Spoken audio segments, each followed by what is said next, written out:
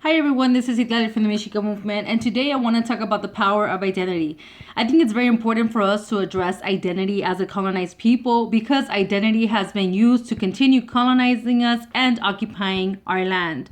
So let's start off with the concept of Latino, which is, I think, one of my biggest focuses today because I think that's a term that has been mainly completely incorporated into mainstream media.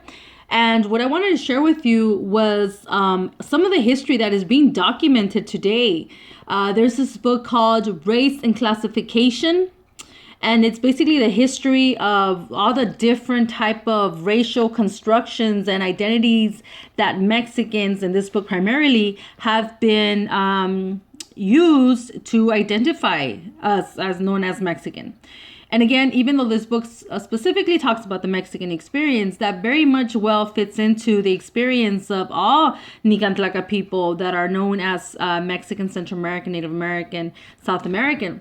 So I want to quote from this book just to kind of show you that it is being documented. And it says, whatever the popular and indigenous sentiment that gave rise to a Latino identity from below, from above, it has been an invention of Cuban American advertising executives in South Florida and New York, who in the 1970s and 1980s were eager to lump and homogenize small Latin American national group identities into a larger unitary market sector.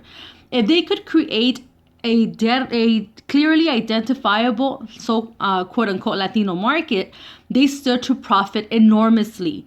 They could then persuade large food, beverage, and domestic product manufacturers that, quote unquote, Latinos constituted a significant mass market that needed special advertising.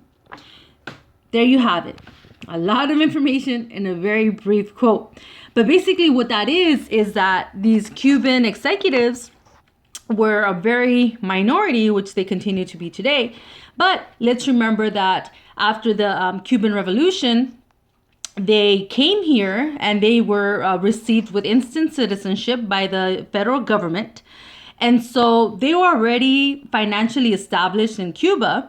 So when they got here, they already had money. They already had the backing of the U.S. So what they started doing was looking at ways of monopolizing and completely taking over Spanish-speaking media of the so-called United States. So by creating the concept of Latino, which is an umbrella term, they were able to completely immerse tons of uniquely diverse people that happen to speak Spanish and use one target, right? So by them creating this umbrella term, whatever marketing tools they use, like it said there, food, beverage manufacturers, they then only had to market to one population. That population had been constructed to be thought to be just one generic group because all of these people were speaking Spanish and they're all so-called immigrant to the US. So by doing this, what happens is the Mexican, Central American, indigenous population, which was the majority and continues to be the majority of the people that comprise of the term Hispanic or Latino, we are completely ignored. I mean, we are completely, devoured by this concept. And so at that point, we didn't have the backing. We didn't have all this instant citizenship and all these, handouts from the U.S. government. So, of course, we didn't have that political power to be able to represent ourselves, to be able to fight this. And even though a lot of organizations, mainly Hermandad Mexicana, which was one of them, which only Tezcatlipoca was part of, and other organizations, there were protests against these terms. There were protests mainly against the term Hispanic. Once the term Latino came to be, it was protested, but it seemed to be more accepted because hence the whole term of Latin America, whatnot.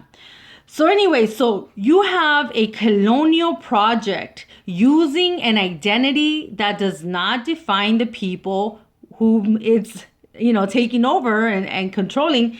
And so you have a very large population of Mexican, Central American, South American, indigenous identifying people who are systematically kept from their history, are not represented in the media. And now you have this corporation, this creation of the concept of Latino, which further disconnected our people from claiming their original identity, their original history. So what we in the organization, the Mexica movement, we have been protesting for the last 30 years. We have been protesting this notion that we are not Hispanic or Latino, raza and mestizo. We as an organization have been protesting this because we know that there is power in identity, and the identity that we are being given as an option is not an identity that gives us power. It's not an identity that honors our history and our heritage. It is an imposed identity to fulfill a colonial agenda, a colonial project that we are ignorant of. And so quotes like this one that I shared with you are now starting to come out of academia, something that Olin has been fighting, has been saying, has been researching for the last 30 years.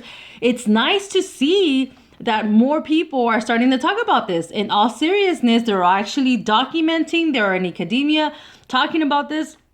And sadly, we do have a lot of our people in Chicano studies and academia who are using the term Latino, who are trying to they've even changed some of their Chicano studies departments to Latino studies.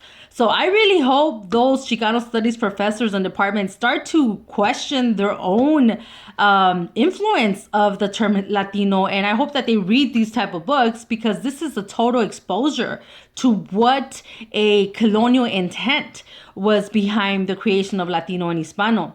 So we in the organization, we have been saying this for decades now, that we are not Hispanic, we are not from Spain, we are not Spaniards, just like Black or the so-called African American population are not Britannic because they speak English and have English surnames, and many of them have European blood. That does not make them British. Just like Mexicans, Central Americans, so-called South Americans, and I'm using those terms because that's what we are known as.